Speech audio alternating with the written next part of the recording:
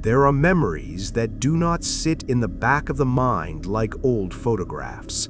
They do not fade or yellow with the passage of decades. Instead, they remain wet and vibrant, like a fresh wound that refuses to scab over. I am an adult now, with a life built on logic and the tangible world. But there is a specific brand of silence that takes me back to that house. It is a heavy, suffocating silence that feels like it has weight, pressing down on my eardrums until I can hear the frantic rhythm of my own blood. We lived in a house that always felt a little too large for us, even with a full family. The hallways were long and narrow, lined with doors that never quite stayed shut. My parents were deeply religious people, the kind of Christians who saw the world as a constant battlefield between light and shadow. Growing up in that environment, you learn to look for the devil in every corner. You learn that evil is not just a concept, but a living, breathing thing that wants to find a way inside. It was a Tuesday evening when the air in our home changed. I remember the smell most vividly. It was a sharp, metallic scent, like copper coins left out in the rain, mixed with a faint underlying odor of something scorched. It was faint at first, just a stray whiff in the hallway, but by 7 in the evening, it had permeated every room. It made the back of my throat itch. My mother was in the living room. She had found something online, or perhaps someone had sent it to her. Back then, the internet was a smaller, stranger place. She was hunched over the computer, the glow of the monitor casting a sickly, blue light across her face, making her eyes look like deep, sunken craters. She called me over to watch, her voice sounding thin and strained. I remember looking at the screen. It was a grainy video, the kind with low resolution that makes everything look like it is vibrating. I did not understand what I was seeing at first. It was just shapes moving in a way that made my stomach turn over. I laughed, a sharp, nervous sound that felt out of place in the sudden quiet of the room. I was young enough to use humor as a shield against things I could not process. I turned away and went back to my toys on the rug, trying to focus on the plastic clicking of my action figures. Then she called my sister over. She did not warn her. She just beckoned her into that blue flickering light. I was not looking at them when it happened. I was focused on a small plastic soldier, but the sound that tore through the room stopped my heart. It was a scream, but it did not sound like it came from a human throat. It was a high, jagged sound that seemed to vibrate through the floorboards and into my teeth. It was the sound of pure, unadulterated terror. I spun around. My sister was standing in front of the desk, her body vibrating with a fine, rhythmic tremor. She was shaking so hard that her heels were drumming a frantic beat against the hardwood. My mother moved faster than I had ever seen her, lunging forward to grab my sister by the shoulders. But my sister was already different. My father came charging into the room, his voice a low thunder, demanding to know what had happened. The air felt like it was thickening, turning into a sort of invisible syrup that made it hard to move or breathe. My sister continued to shake, her breath coming in short, wet gasps, and then, as if someone had cut her strings, she went completely limp. Her arms fell to her sides with a heavy, dull thud. The look on my mother's face is something I will carry to my grave. It was a mask of absolute, paralyzing dread. She was not looking at a sick child. She was looking at a stranger. The house felt like it was shrinking. The shadows in the corners of the ceiling seemed to stretch downward, reaching for us. My father was shouting, his voice echoing off the walls, but the words felt distant, like they were being spoken underwater. My mother grabbed the cordless phone, her fingers fumbling with the buttons as she called our pastor. It was late, well past 10 at night, but she told him we were coming. We had to go now. While my father ran to the garage to get the car ready, the engine turning over with a series of mechanical groans that sounded like a beast waking up, my mother ushered me and my sister into a bedroom. She told me to sit with her. She told me to hold her hand and stay close. The bedroom was cold. Not the kind of cold you feel when a window is left open, but a localized, biting chill that seemed to radiate from my sister's body. I sat next to her on the edge of the floral bedspread. I reached out and took her hand, intending to comfort her. The sensation was wrong. Her skin did not feel like skin. It felt like cold, damp leather stretched over iron. There was no pulse in her wrist, no warmth in her palm. It was a vacuum of heat. I remember whispering to her, telling her that everything was going to be okay, but the words felt like lies. The air in the room felt heavy, like it was saturated with water. That was when it happened. That was when she turned. Her head did not move with a natural, fluid motion. It was a sharp, mechanical jerk. One moment she was looking at the wall, and the next she was staring directly into my soul. Her eyes were gone. In their place were two pools of ink, reflecting nothing. In that moment, the sister I had played with, the girl I had shared meals with, was gone. Something else was looking out through her face, something old, something hungry, and something that did not belong in our world. I felt a wave of nausea hit me, the metallic smell in the room now so strong I could taste it on my tongue. I wanted to scream, but my throat felt like it was filled with dry sand. I was looking at a predatory thing that was wearing my sister's skin like a poorly fitted suit. The transition from the bedroom to the car felt like a blurred sequence of events where time had lost its linear flow. My father practically threw us into the back seat of the sedan. The leather was freezing, and the engine was a low, rhythmic growl that shook the frame of the vehicle. My sister sat next to me, her body stiff and unyielding like a wooden mannequin. She did not look at the passing streetlights. She did not blink.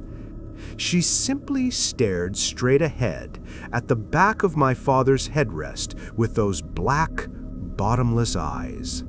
The smell of copper and scorched earth followed us into the cabin, filling the small space until I felt like I was choking on it. My mother was in the front passenger seat, her knuckles white as she gripped a small wooden cross. She was reciting prayers under her breath, a low, frantic murmur that sounded like the buzzing of 1,000 insects. It was a repetitive, rhythmic droning that only added to the tension. My father drove with a desperate intensity, his eyes fixed on the road, but I could see his hands trembling on the steering wheel. We were a family in flight, running from something that was already sitting inside the car with us. The drive to the church usually took 15 minutes, but that night it felt like we were traveling for hours through an endless tunnel of trees and shadows. The world outside the windows looked distorted, the trees bending in ways that seemed impossible, their branches like long, skeletal fingers reaching out to brush against the glass. The sound of the tires on the asphalt was a constant wet hiss, a sound that seemed to whisper secrets I did not want to hear. When we finally pulled into the gravel lot of the church, the sound of the stones crunching under the wheels was deafening. It was a sharp, grinding noise that vibrated through my feet. The church was a small, white building that usually looked inviting, but under the moonless sky, It looked like a tomb. There were no lights on inside, save for a single flickering lamp in the vestibule. The pastor was waiting for us at the heavy wooden doors, his face etched with a deep, somber concern. My father helped my sister out of the car. She did not walk so much as she was moved, her legs stiff and her feet dragging across the gravel with a dry, scraping sound. As we entered the sanctuary, the air changed again. It was thick and stagnant, smelling of old paper and beeswax. The silence of the church was not peaceful. It was a heavy, expectant silence, like the moment before a storm breaks. The pastor led us toward the front, near the altar. He did not speak much, but his presence was a brief anchor in the chaos. He looked at my sister, and I saw a flicker of genuine fear cross his eyes. He recognized that this was not a simple case of a child having a night terror. He saw the same void that I had seen in the bedroom.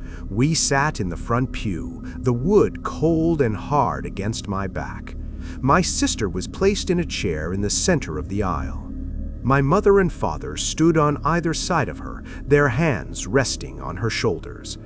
The pastor began to speak, his voice a deep, resonant baritone that echoed off the high rafters. He was not using a soft, comforting tone. He was commanding. He was calling out to something, demanding that it identify itself. As the prayers intensified, the atmosphere in the room began to shift in a way that defied logic. The temperature dropped so sharply that I could see my own breath puffing out in small white clouds. It was a bone-deep cold that seemed to bypass my clothes and skin, settling directly into my marrow.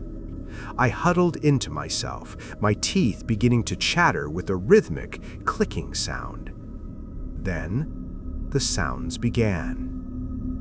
It started as a low vibration in the floorboards, a subterranean thrumming that I felt in the soles of my shoes.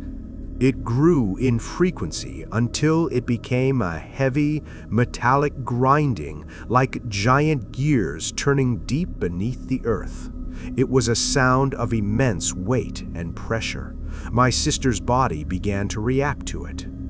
Her back arched, her spine curving at an angle that looked like it would snap the vertebrae. She did not cry out. Instead, a sound began to emerge from her chest. It was not a voice. It was a layered, discordant noise, like a dozen different people speaking at once in a language that felt like it was made of broken glass and grinding stones. It was a wet, gurgling sound that seemed to bubble up from the very bottom of her lungs. The air around her seemed to shimmer and warp, the light from the candles on the altar stretching and bending as if being pulled by a gravity that only existed in her immediate vicinity. I watched, paralyzed, as her fingers began to claw at the air. Her fingernails made a sharp, rhythmic clicking against the wooden arms of the chair. The skin on her face looked like it was being pulled tight from behind, her features sharpening into something predatory and ancient. The metallic smell was now overwhelming, a thick, cloying scent that made my eyes water. The pastor's voice rose, becoming a roar as he fought against the oppressive weight in the room. He was sweating despite the freezing cold, the beads of moisture glistening on his forehead in the dim light. He placed a hand on my sister's brow, and the moment he touched her, a sound like a physical blow echoed through the sanctuary. It was a heavy, percussive thud that shook the pews and made the light fixtures overhead sway and groan. My sister's head snapped back, her jaw opening wider than I thought possible.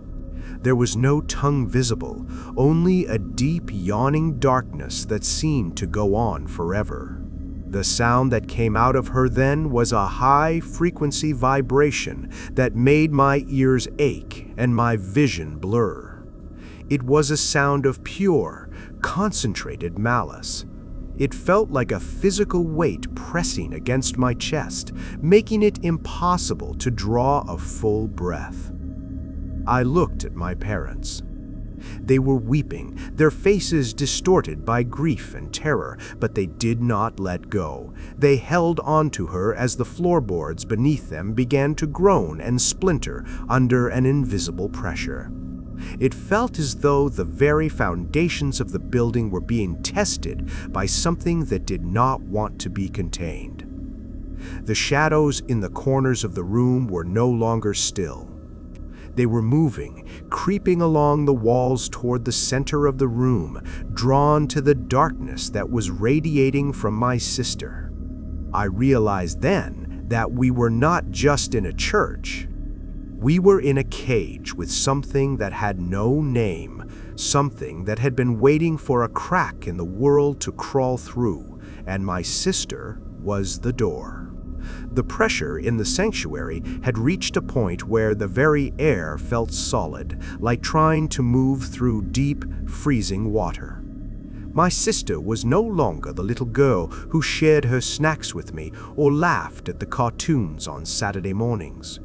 She was a vessel being filled with something far too large and heavy for a human frame to contain.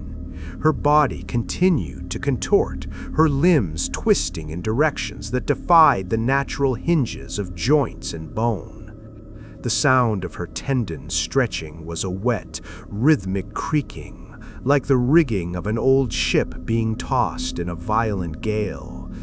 The pastor was shouting now, his voice a jagged edge against the oppressive wall of noise. He reached for a silver vessel on the altar, his movements sluggish as if he were fighting against a physical current. As he moved, I noticed the shadows. They were not merely the absence of light cast by the pews or the pulpit. They were independent entities, thick and three-dimensional, detaching themselves from the corners of the ceiling. They slid down the white-painted walls with a sound like dry silk rubbing against stone, a soft, hushed slithering that sat beneath the roar of the spiritual conflict. I watched, my eyes wide and stinging, as these shapes began to coalesce around the chair where my sister sat. They were tall, elongated figures without faces, their forms shifting and blurring like smoke in a windless room. They did not have feet, but rather tapered into nothingness where they touched the floorboards. Their presence brought with it a new sensation, a profound sense of despair that settled over my heart like a lead shroud. It was the feeling of being utterly alone in a cold, vast universe. My father saw them too. I could tell by the way his eyes tracked the movement across the floor. He stepped closer to my sister, his lips moving in silent, desperate pleas.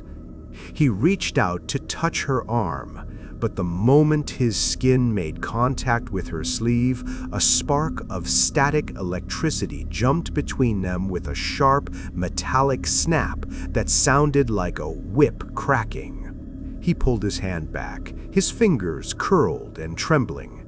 The air around my sister was now visibly vibrating, the molecules of the room agitated by an energy that felt foul and ancient.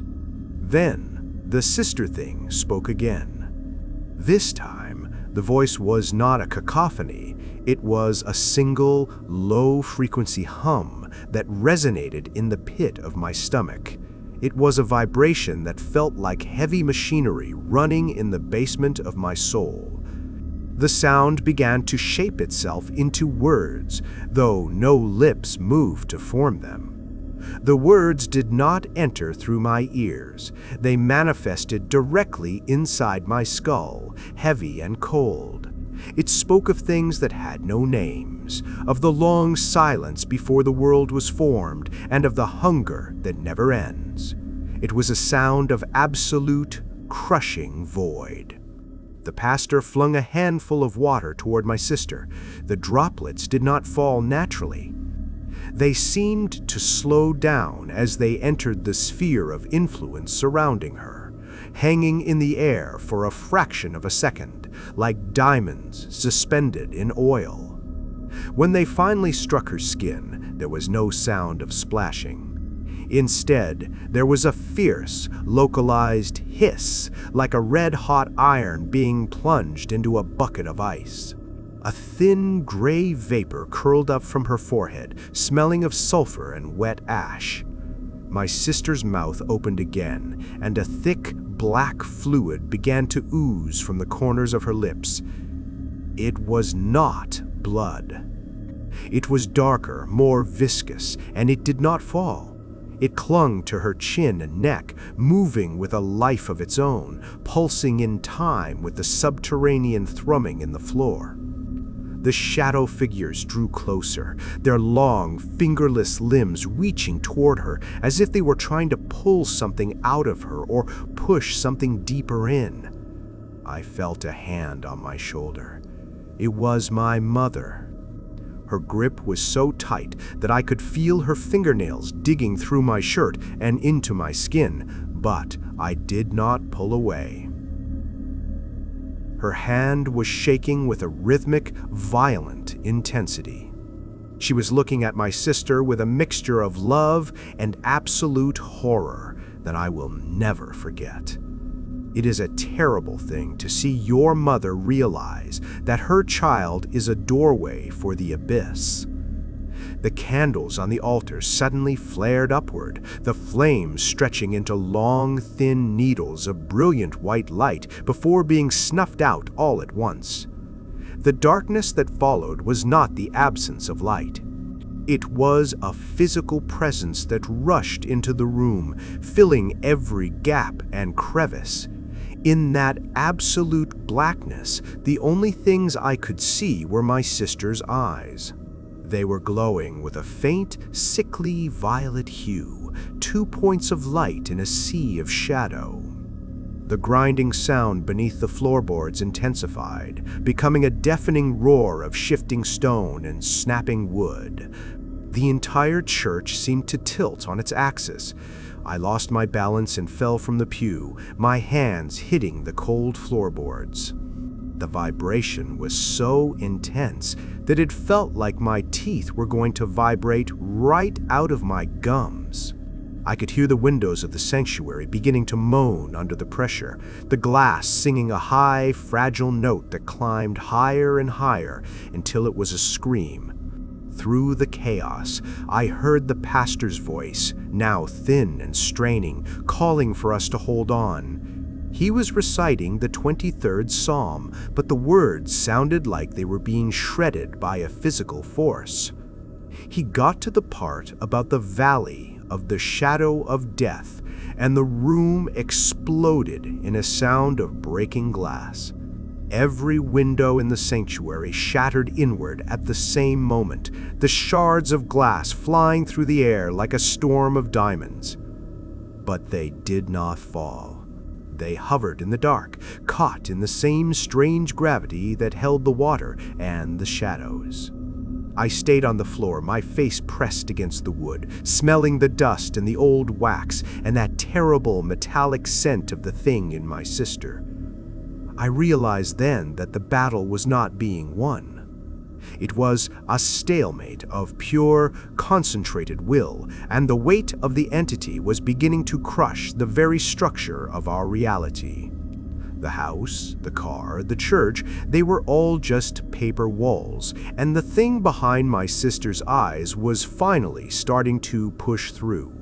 The hovering shards of glass remained suspended in the air, a frozen constellation of jagged edges that caught the faint, sickly glow of my sister's eyes. The silence that followed the shattering was more terrifying than the noise had been. It was a vacuum, a hollow space in the world where sound had been sucked dry. I stayed on the floor, my fingers digging into the gaps between the wooden planks, feeling the vibration transition from a roar into a low, steady pulse. It felt like the heartbeat of the building itself, or perhaps the heartbeat of the thing that was currently using the building as its playground. I looked up, and the world seemed to have lost its depth. The shadows that had been slithering down the walls were now standing in a circle around the chair. They were taller than men, their forms reaching up into the darkness of the rafters. I could feel their attention. It was not a collective gaze, but a heavy, cold pressure that felt like being submerged in ice water. They were waiting. They were guardians or witnesses to the transformation taking place in the center of the aisle. My sister's body began to lift. It was not a graceful float.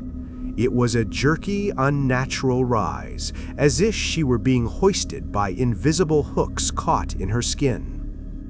Her toes scraped against the floorboards with a dry, rhythmic rasping until she was hovering 3 feet above the chair. Her limbs hung at impossible angles, her joints popping with a series of wet, muffled thuds that echoed through the hollow space of the sanctuary. The black fluid that had been oozing from her mouth was now drifting upward in small, oily globules, defying gravity and dancing in the stagnant air. The pastor moved toward her, his face a mask of sweating, pale determination. He held his Bible aloft, the pages fluttering as if caught in a localized gale, though there was no wind in the room. He began to speak again, his voice cracking and rebuilding itself with every syllable. He was calling out a name, a long, guttural string of consonants that felt like they were scraping the inside of my throat just by hearing them. Every time he spoke a syllable, the hovering glass shards would vibrate, singing that high, fragile note that set my teeth on edge. I felt a sudden, sharp pressure on my own chest. It felt like a pair of large, invisible hands were pressing down on me, trying to flatten me against the floor. The weight was immense. It was the sensation of being at the bottom of a deep ocean, the pressure pushing the air out of my lungs in a long, slow hiss. I tried to gasp, but the air felt like it was made of wool. I looked toward my parents. My father was on his knees, his head bowed, his shoulders shaking with the effort of breathing. My mother was reaching out toward my sister, her fingers twitching, but she could not move closer. An invisible barrier had formed around the chair, a wall of dense, vibrating energy that blurred the air like heat rising from a summer road. The sister thing looked down at the pastor, her neck elongated, the skin stretching so thin I could see the blue veins and the white of the bone beneath. A sound began to emanate from her that I can only describe as the sound of 1,000 dry leaves being crushed at once. It was a textured, multi-layered rasp that filled every corner of the room. It was mocking him. I could feel the derision in the frequency of the sound. It was an ancient, cold laughter that had no joy in it. The shadows began to move in closer. Their movements were not fluid. They moved in staccato, flickering jumps, appearing a foot closer every time I blinked. The temperature continued to plummet. I could feel the moisture on my eyeballs beginning to sting, the very air turning into a weapon of frost. The smell of copper had been replaced by something much worse. It was the smell of old, stagnant water and the heavy, cloying scent of lilies at a funeral. It was the smell of the end of things. Suddenly, my sister's arms snapped out to the sides. The sound was like 2 dry branches breaking in the woods. Her fingers splayed wide, and I saw that the skin between her fingers had turned a dark, bruised purple. She began to spin. It was a slow, agonizing rotation, her body turning in the air as if on a spit. As she turned, the hovering glass shards began to move with her, forming a swirling vortex of sharp edges that circled the altar. The sound of the glass cutting through the air was a constant, low-frequency hum. The pastor did not flinch. He stepped into the vortex, the glass shards whistling past his ears, some of them grazing his skin and leaving thin red lines that did not bleed. The blood, just like everything else in that room, seemed to be under the command of the entity. It stayed within the wounds, pulsing with a dull, dark light. He placed his hand on my sister's chest, right over her heart. The reaction was instantaneous. A shockwave of pure force erupted from the point of contact. I was blown backward, my body sliding across the floorboards until I hit the back pew with a heavy thud that knocked the remaining wind from my lungs. The pews themselves groaned and shifted, the heavy oak screeching against the floor. The lights in the vestibule exploded, showering the entrance in sparks that died before they hit the ground. In the center of the room, my sister was screaming. This time, it was a human sound. It was the voice of the girl I knew, buried deep beneath layers of something monstrous. She was calling for our mother, a thin, wavering cry that broke my heart. But the sound was quickly swallowed by the layered, discordant roar of the entity. The two voices battled in the air, a frantic, high-pitched plea fighting against a heavy, subterranean growl. The shadow figures reached the edge of the altar.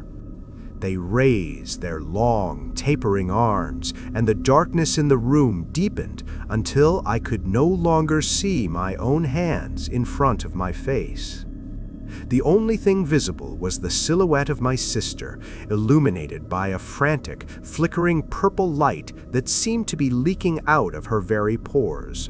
The air was thick with the taste of ozone and the vibration of a power that felt like it was about to tear the building apart. I realized then that the pastor was not just trying to save her. He was trying to hold the world together. The darkness that followed the shockwave was not a mere absence of light. It was a physical weight that felt like being buried alive in cold, damp earth. I lay against the back pew, my ribs throbbing with a dull, rhythmic ache from the impact.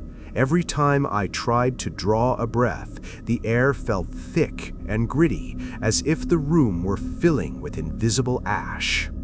I could hear my mother sobbing somewhere to my left, a wet, jagged sound that was periodically cut short by the sheer lack of oxygen in the room. A faint, rhythmic thumping began to emanate from the walls of the church. It was not the sound of someone knocking on a door, but the sound of something heavy and soft striking the exterior siding over and over again. It was the sound of 1,000 palms hitting the wood in a frantic, uncoordinated beat.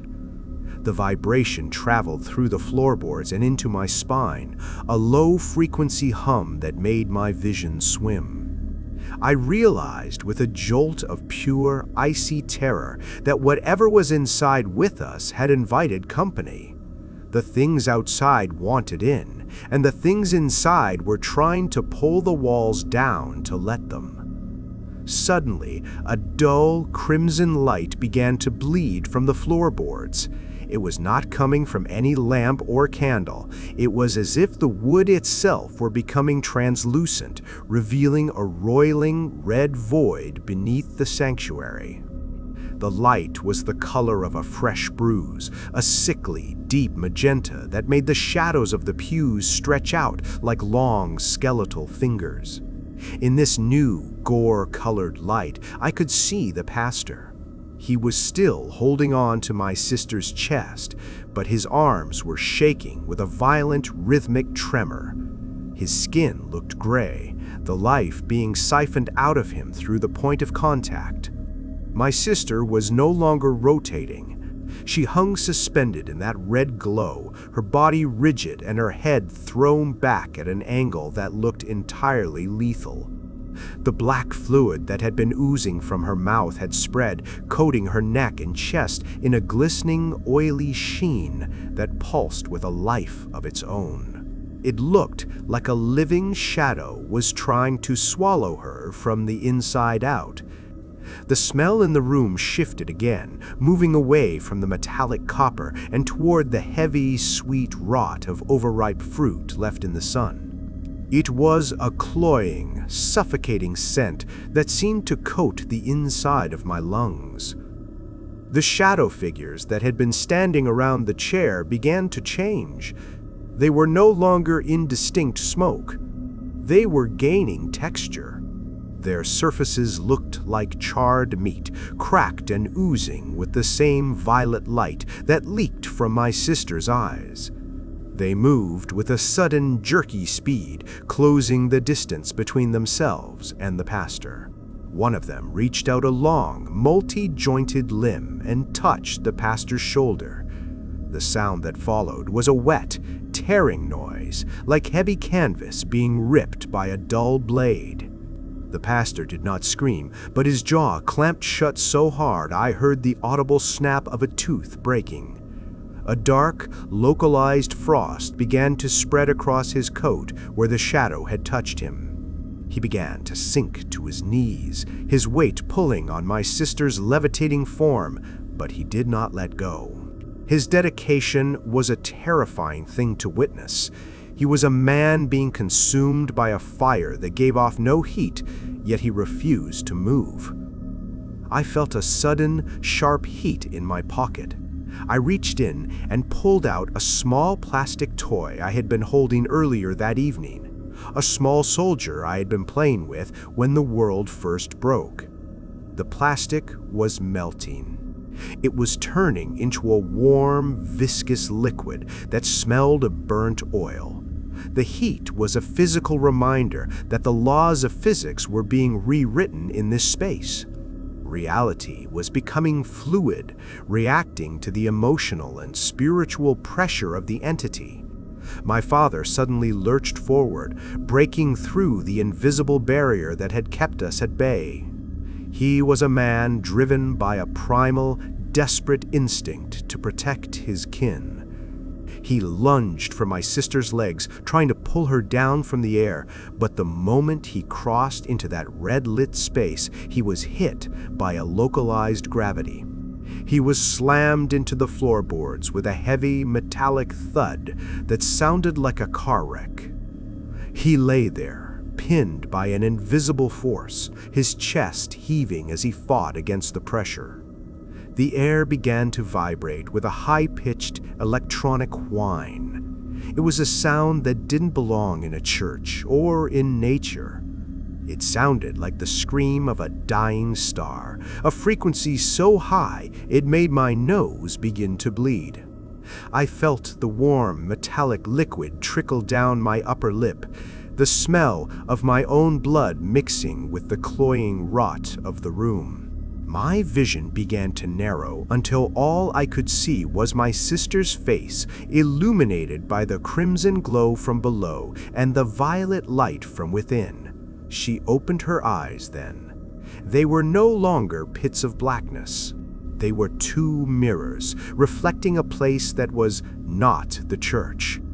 I saw a landscape of gray, jagged stone under a sky that was the color of a dead vein. I saw shapes moving in the distance, things that were too large to be real, shifting through a fog that looked like smoke. It was a glimpse into the home of the thing that was wearing her skin. The sight of it brought a cold, numbing despair that made me want to simply close my eyes and never open them again. The red light from the floorboards intensified, turning the entire sanctuary into a chamber of gore and shadow. The pews began to groan, the wood splintering as if being squeezed by a giant, invisible hand.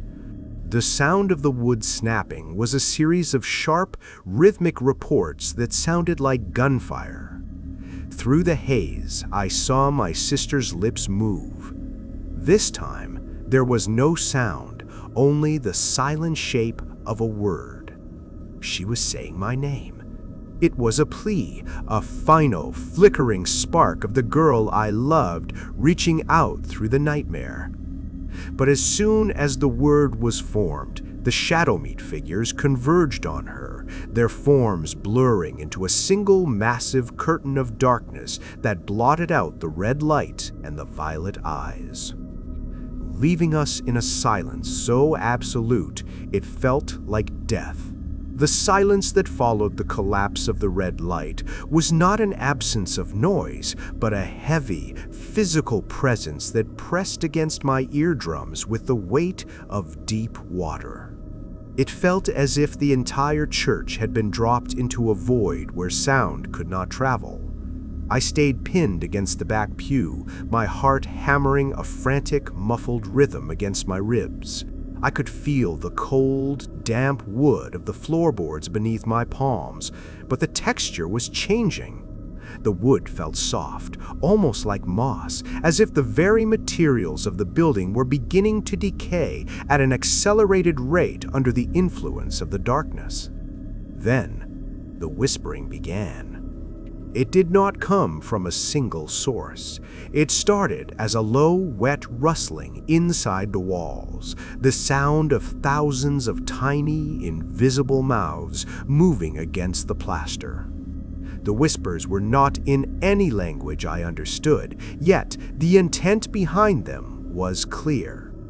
They were speaking of the end of things, of the slow cooling of the sun, and of the long, patient hunger that waits at the edge of the universe.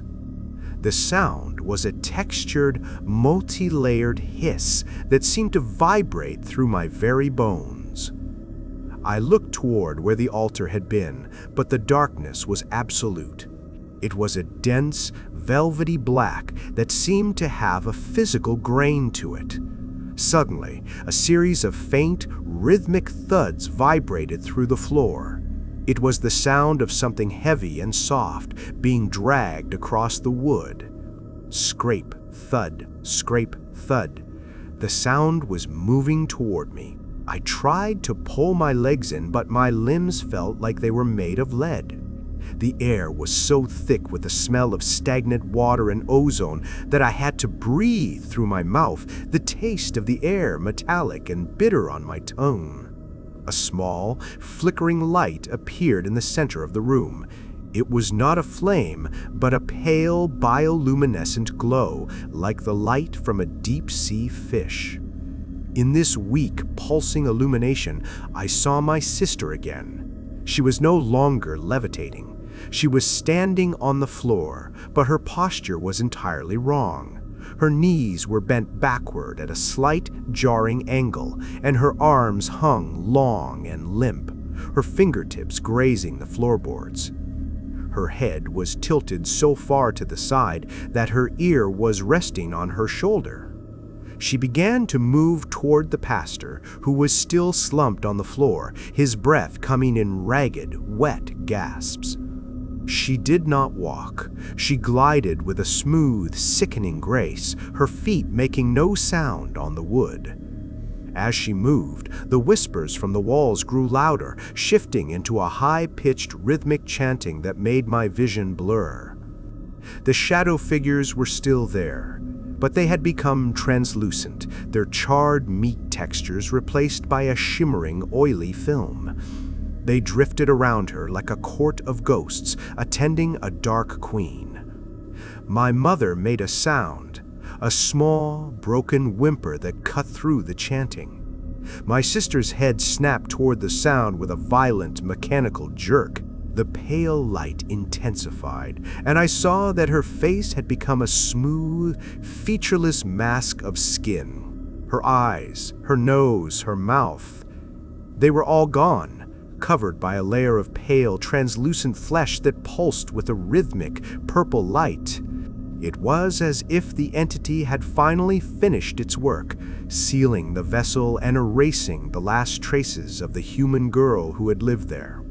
The whispers reached a crescendo, the sound now resembling the roar of a distant ocean. The walls of the church began to weep.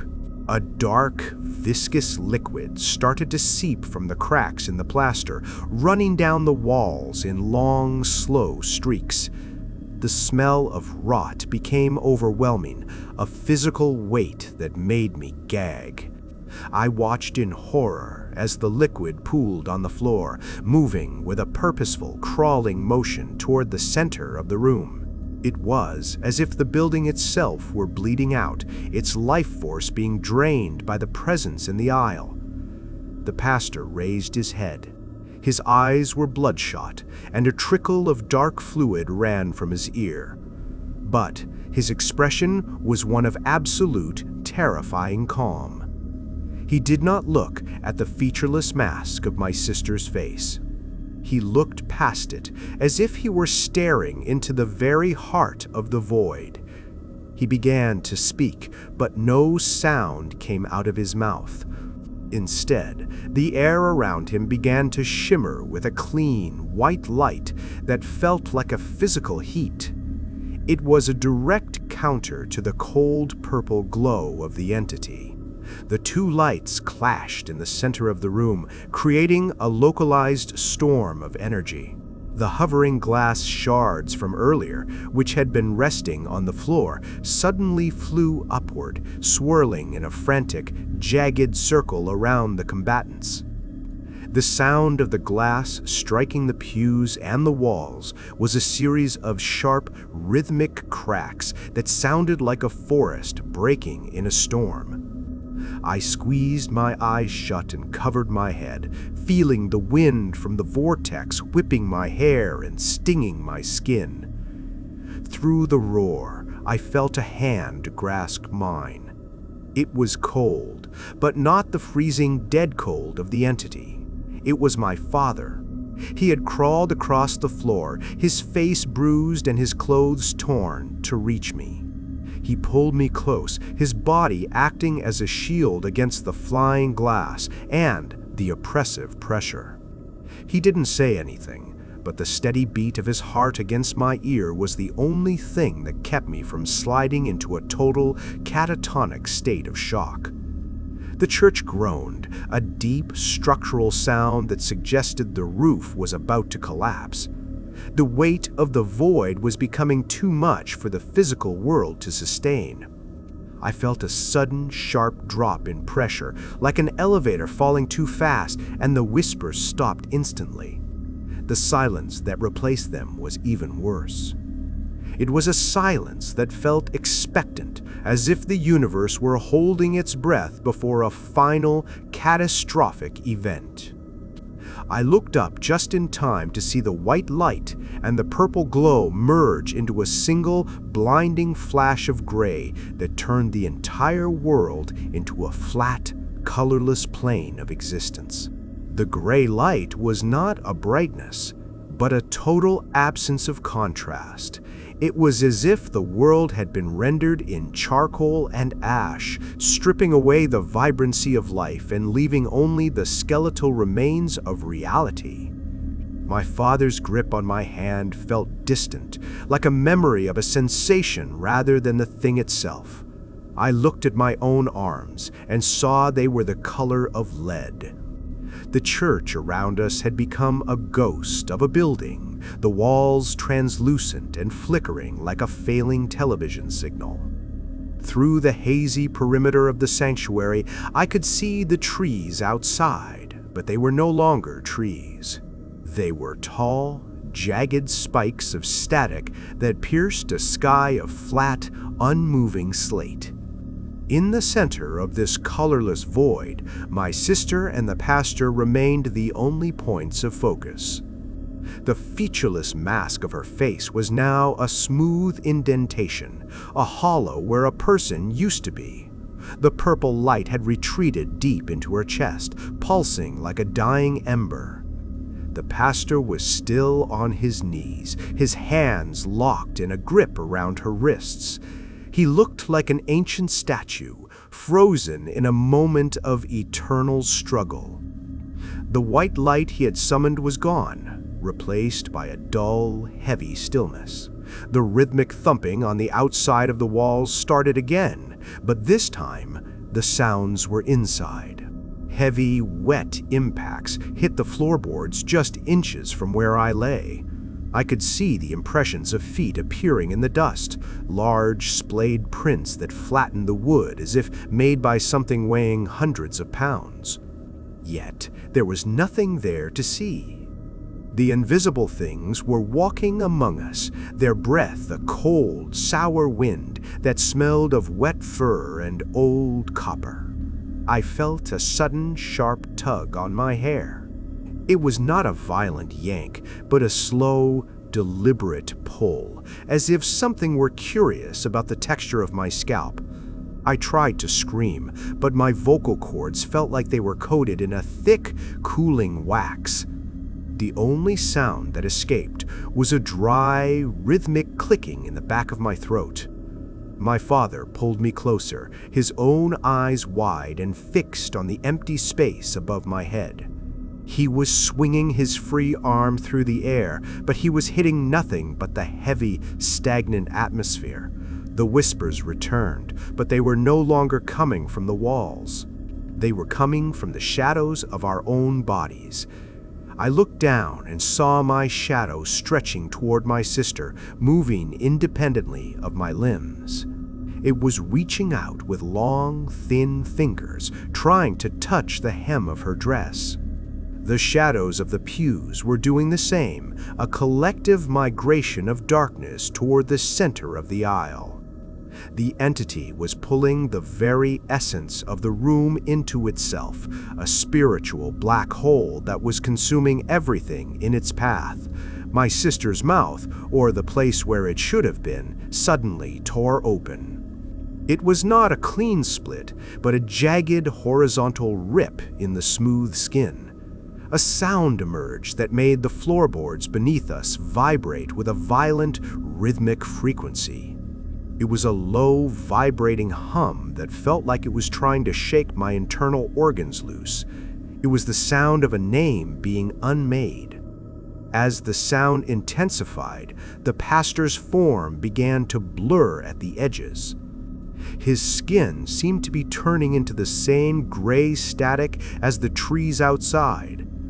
I saw my mother then. She had managed to stand up, her body swaying like a reed in a gale. She was holding her Bible, but the pages were blank. Every word had been erased, the ink drawn out by the same force that was consuming the room. She looked at my sister, and for a brief second, the gray light flickered. A flash of color returned, the bright, vivid blue of my sister's favorite dress, and then it was gone, swallowed by the slate-colored void. My mother collapsed again, her hands over her ears, her mouth open in a silent, desperate cry. The pressure in the room shifted from a weight to a suction. It felt as if the air were being vacuumed out of the building. My skin felt tight, the moisture being pulled from my pores. I could hear the sound of the wooden rafters beginning to pop and crack as the very molecules of the oak were being stressed by the unnatural vacuum. The flickering purple light in my sister's chest flared one last time, turning a deep, bruised violet that cast long, distorted shadows against the translucent walls. Then, the sister thing reached out and touched the pastor's forehead. The contact was silent. There was no flash, no roar, no explosion of glass. Instead, there was a sudden, sickening sense of wrongness. The pastor simply ceased to be. He did not fall. He did not vanish. He simply became part of the gray background, his features smoothing out until he was just another indistinct shape in the room. The entity had not killed him, it had assimilated him into the void. I felt the invisible hands on me again, this time gripping my shoulders with a crushing force. I was being pulled toward the center of the room, my heels scraping against the floorboards with a dry, rhythmic rasping. My father held on to me, his face a mask of absolute primal fury, but his feet were sliding too. We were being drawn into the maw of the thing that was wearing my sister.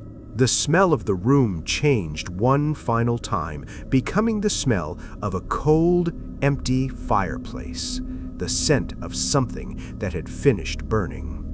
Just as we reached the edge of the red-stained wood where my sister stood, the world seemed to fold in on itself. The gray light sharpened into a single, needle-like point of brilliance, and then the darkness returned. But this was not the heavy darkness of the entity. It was the simple, honest darkness of a room at night. The weight was gone. The whispering had stopped. The air was cool and smelled of nothing but old wood and dust. I lay on the floor, my breath coming in shallow, frantic gasps. I could hear the sound of the wind outside, a normal, rustling sound of leaves against glass. I felt my father's hand still holding mine, his grip shaking but real. For a moment, I thought it was over. I thought we had survived. But as I looked toward the altar in the dim, natural moonlight, I saw my sister sitting in the chair. She looked perfectly normal. Her eyes were her own again, and she was smiling a small, sweet smile. But as she looked at me, she didn't blink. Not once. She just watched me with a stillness that was more terrifying than the roar of the void. The stillness in the sanctuary was now a different kind of horror. It was the silence of a grave that had been freshly covered, a deceptive peace that sat on top of a deep and roiling unrest. My father and I remained on the floor for a long time, our bodies tangled together as we waited for the next roar or the next shadow to emerge from the corners. But nothing came.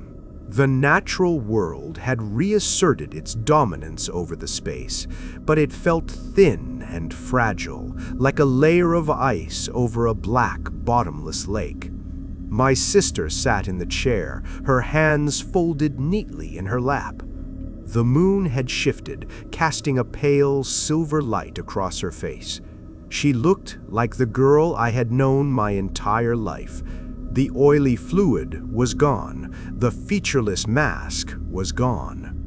But when she spoke, her voice had a rhythmic, hollow quality that made the hair on my arms stand up. She said that she was tired and wanted to go home. The words were simple, the kind of thing a tired child says after a long night, but they felt heavy, as if each syllable carried the weight of the void we had just witnessed. We left the church in a daze. The pastor was nowhere to be found. His car remained in the gravel lot, a silent, metallic ghost under the street lamp, but the man himself had vanished into the gray static. My parents never spoke of him again. In the weeks and months that followed, it was as if he had been erased, not just from the room, but from the memory of the town itself. Whenever I tried to bring him up, my mother's eyes would go distant and glassy, and my father would suddenly find a task that required his immediate and silent attention. Returning to our house was like entering a museum of our former lives. Everything was in its place, yet everything felt fundamentally altered. The smell of copper and scorched earth had faded, replaced by the scent of lavender and floor wax that my mother used to scrub away the invisible stains of that night. But the air in the hallways remained heavy. It felt as though the house was holding its breath, waiting for the door that had been opened to finally swing wide again. My sister went back to school. She ate her meals. She played in the yard. To anyone on the outside, she was a normal, healthy young girl. But I knew the truth. I watched her when she didn't know I was looking. I saw her stand in front of the hallway mirror for 20 minutes at a time, not brushing her hair or checking her reflection, but simply staring at her own eyes with a look of intense, clinical curiosity.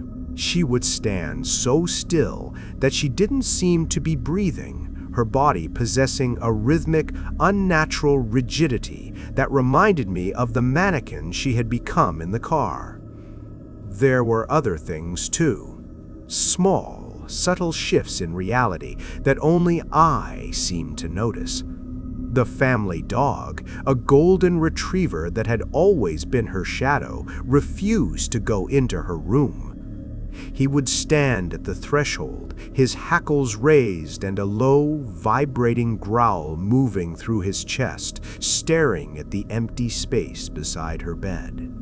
Birds would fly into the windows of whatever room she was in, their small bodies hitting the glass with a wet, rhythmic thud until the panes were streaked with red. My sister would never flinch. She would just continue whatever she was doing, a small, knowing smile playing at the corners of her lips. I am an adult now, and I have moved 1,000 miles away from that house and that town. I have built a life surrounded by noise and light and people trying to drown out the memory of the whispering walls. But the dread is a persistent thing. It follows me in the way shadows stretch across a room at sunset. It follows me in the specific frequency of a humming refrigerator or the way the air feels before a thunderstorm. I have realized that you do not truly escape a thing like that.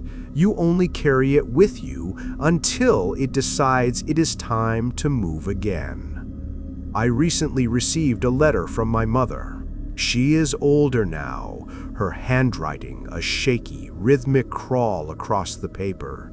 She wrote to tell me that my sister is coming to visit me. She said that my sister has been talking about me a lot lately, saying that she misses the way we used to play. As I read those words, the temperature in my apartment seemed to drop 10 degrees. I felt a familiar, sharp pressure on my chest, the sensation of invisible hands pressing me down into my chair. I looked toward the window. The sun was setting, casting long, skeletal shadows across my floor. And there, in the corner of the room, I saw it. The shadow of my coat rack was moving. It was not moving with the light. It was stretching, its long, thin fingers reaching out across the hardwood toward my feet. I could hear a faint, wet rustling coming from inside my walls, a sound of 1,000 tiny mouths beginning to move in a language of broken glass and grinding stones. I know now that the pastor did not save her. He only delayed the inevitable. The entity did not want to destroy our world. It wanted to live in it. It wanted a vantage point from which to watch the slow cooling of our sun. My sister was not the victim. She was the scout. And now, after all these years of silence and false calm, the scout has found me again. I can hear the sound of a car pulling into my driveway. The sound of the tires on the gravel is a sharp, grinding noise that vibrates through my teeth. I know who is in that car. I know that when I open the door, I will see a woman with my sister's face and my sister's smile. But I also know that she will not blink. She will just stand there in the porch light, a vessel for a hunger that never ends, waiting for me to invite her inside. The metallic smell is back. It is thick and cloying, coating the back of my throat. I sit here in the darkening room, the letter trembling in my hand, and I realize that the door was never truly closed. It was just waiting for the right moment to click open. If you are listening to this and you feel a sudden chill in the room, or if you hear a rhythmic tapping on your window that does not match the wind, do not look. Do not acknowledge it. Some things are better left in the dark, and some doors should never, ever be opened.